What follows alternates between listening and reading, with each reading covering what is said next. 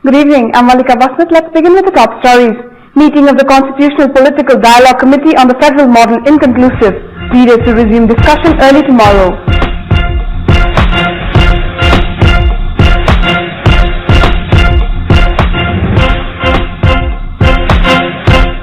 Ornico Highway resumes operation after over 3 months. Nepal to seek further help from China to repair other highways.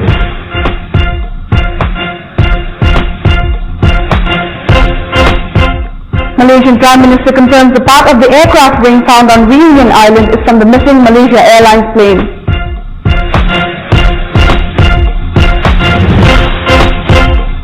And Gaurika Singh sets her second national record at the FINA World Swimming Championship in Russia.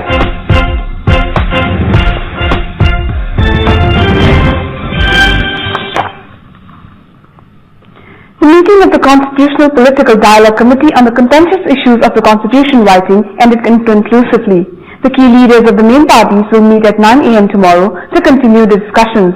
It was reported earlier that the major 4 parties had closed in on consensus regarding the federal model and other disputed issues of constitution writing. The parties held extensive discussions on the disputed issues since 7 a.m. this morning. A meeting of the Political Dialogue and Consensus Committee was expected to present a consensus report on the disputed issues of CA Chairman Subhash Chandra Neamwong this evening. The parties have more or less agreed on 6 states but are yet to agree on demarcation and other issues such as secularism, citizenship and form of governance. Once consensus is forged, the high-level special committee will submit its report to the Dialogue Committee. The parties have also held separate discussions on the issue. Meanwhile, the Constituent Assembly has summoned its meeting at 5 p.m. tomorrow. Chairman of the Dialogue Committee will be presenting the consensus report during the meeting. After endorsement, the report will be forwarded to the Constitution Drafting Committee. The draft bill will then be presented at the Constituent Assembly. Amendment proposals on the draft will be entertained for 2 to 3 days. The final draft bill will need to be approved by 2/3 majority of the full House Constituent Assembly before being promulgated as a new constitution. The Constituent Assembly meeting is to take place tomorrow.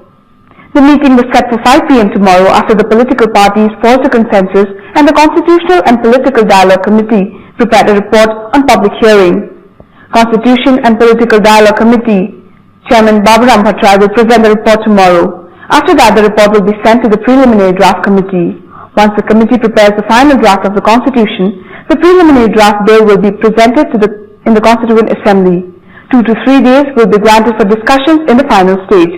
The preliminary draft will have to be approved by a 2/3 majority to be endorsed. The Ornico Highway that had been obstructed since the earthquake has reopened. The 36-kilometer road section was cleared of debris and reopened under the joint initiative of Nepal Army, Armed Police Force personnel and engineering squad of the Chinese Armed Police. With this, the Tatopani checkpoint has also come into operation. At a program held in the capital today, Chinese Ambassador to Nepal Wu Chuntai informed Foreign Affairs Minister Mahendra Bahadur Pandey about the resumption of the highway. Minister Pandey said that the government was planning to resume other obstructed roads as well as in coordination with the Chinese side. From both sides involved in supporting, coordinating and facilitating the start of Indian power system. Similarly, Minister Wu Chuntai also expressed his commitment to aid the Nepali side in renovating damaged road sections. Together with the national plan, so keep and widen it. And what's more important is, this Ornico Highway is very important connectivity. The task of reopening the highway was carried out on the occasion of the 60th anniversary of diplomatic relations between Nepal and China. The task was completed within 5 days. Landslides triggered by the earthquake had obstructed the road stretch from Tatopani to Khari Chaul in 41 different places. With the opening of the highway, halted trade worth billions of rupees is also expected to resume. It is now time for a short break. For more news, stay tuned.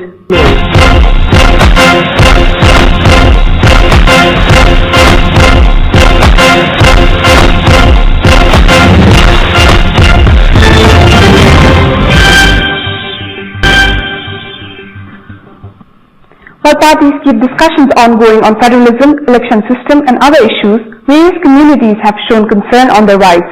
They are concerned that their rights could be cut off or limited in the interim constitution. The population consists of 13% Dalits and physically disabled who demand proportionate involvement in the constitution. Likewise, the Muslim community, who has been overjoyed at the inclusion of the term secularism in the interim constitution, have said that Nepal should remain secular. The National Muslim Commission has also demanded of not just an inclusive but a separate constitutional commission. The women facing gender discrimination have been demanding that all kinds of discrimination between men and women be removed in the new constitution. They have appealed for citizenship from mother's name, reproductive rights, and inclusion of women in all state mechanisms. Majority have said that parties need to focus on promulgating a constitution that is agreed upon by all castes, communities, and groups. The earthquake victims of Sindhupalchok have been involved in various income-generating activities. The displaced people settled in the Bode camp of Bhaktapur have been using their skills in various fields to make a living. The earthquake took away their houses as well as families, which has affected them deeply.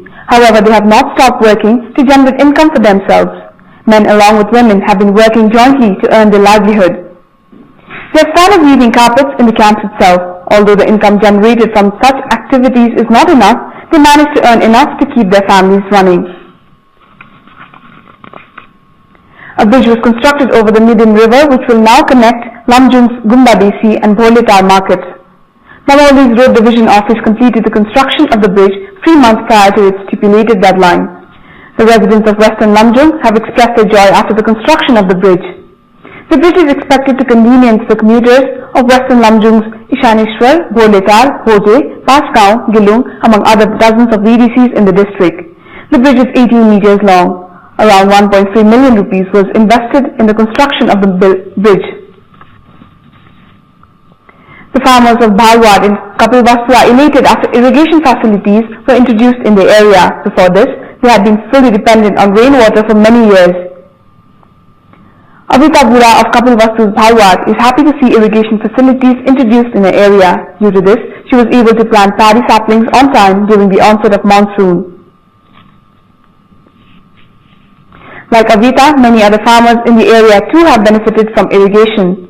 The irrigation project in Kapilvastu's Bhalwad was carried out with an investment of 90 million rupees and provides irrigation facilities to nearly 962 bighas of land. Time for an international update. Malaysian Prime Minister Najib Razak has confirmed that the part of the aircraft wing found on Reunion Island is from the missing Malaysia Airlines plane. Najib said international experts examining the debris in France had conclusively confirmed it was from the aircraft. The Malaysia Airlines plane carrying 239 people veered off course from Kuala Lumpur to Beijing in March 2014. The debris was found on the remote French Indian Ocean island a week ago. The plane is believed to have crashed into the southern Indian Ocean, though no evidence had been found despite a massive search operation. Najib said he hoped the discovery would at least bring certainty to the families of the victims, saying the burden they had faced was unspeakable. French prosecutor Sergei Makovec later confirmed the wing fragment known as Flaperon was from a Boeing 777, the same make and model as the missing Malaysian airliner. He said initial tests showed there were very strong indications that it was from flight MS-370. But he said confirmation would only come after further tests on the fragment, which will begin today. Security was tight ahead of the Asian Regional Forum meeting in Malaysia on Thursday. Foreign ministers from the United States, China, Japan and other East Asian nations will hold talks with their counterparts from the Association of Southeast Asian Nations, ASEAN.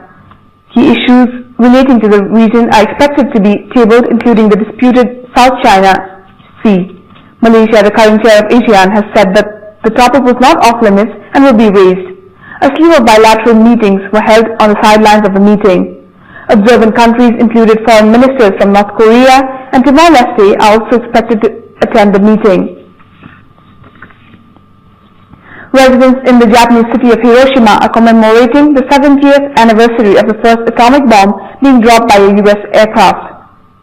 A ceremony attended by Premier Shinzo Abe was held at Hiroshima's Memorial Park before thousands of lanterns are released on the city's Motoyasu River. The bombing and a second one on Nagasaki 3 days later brought an end to World War II. but it claimed the lives of at least 140,000 people in the city. A US B-29 bomber called Enola Gay dropped the uranium bomb exploding some 600 meters above the city on 6 August 1945.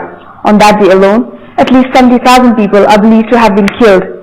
Many more died of horrific injuries caused by radiation poisoning in the days, weeks and months that followed. People across Japan have observed a minute's silence to mark the anniversary.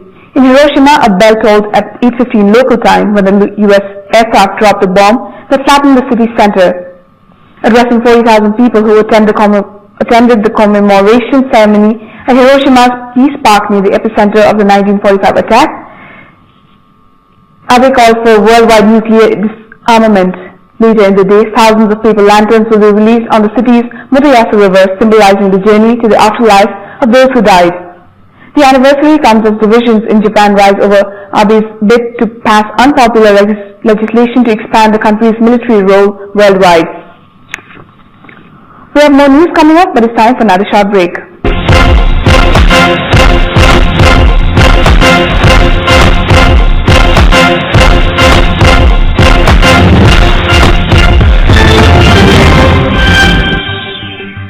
Now Meru super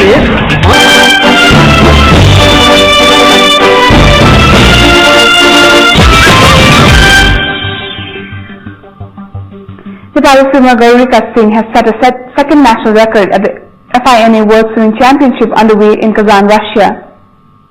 She improved her own record in 100 meters freestyle by 68 digits.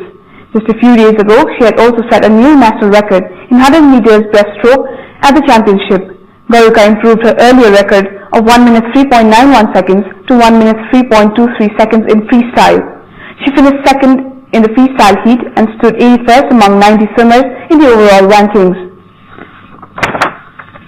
The election of the Nepal Olympic Committee slated for today has been called off. The Wrestling Association, Nepal Karate Federation, along with the Rafting and Canoeing Association, had filed a writ petition at the Patan Appellate Court yesterday, alleging that the election was bound to be unjust. In response, the court had issued an interim order to hold the election only after ensuring the participation of the agitating associations.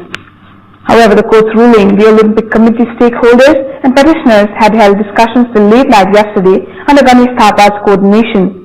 The meeting was held at the capital's Dwarka Hotel.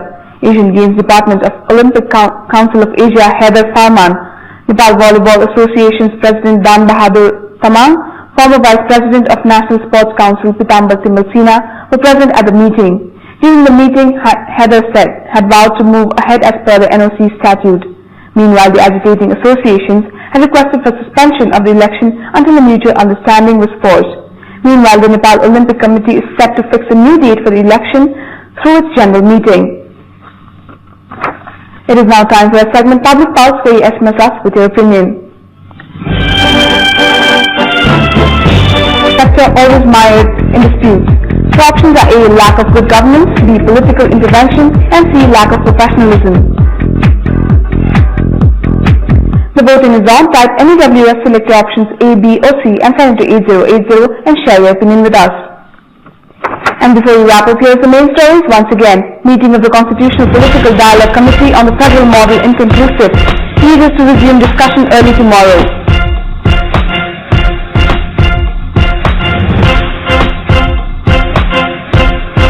Alnico Highway resumes operation after over 3 months. Nepal to seek further help from China to repair other highways.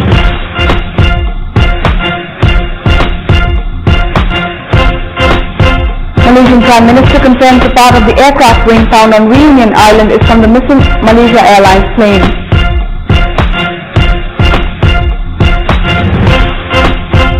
And Gaurika Singh sets the second national record at the FINA World Swimming Championship in Russia.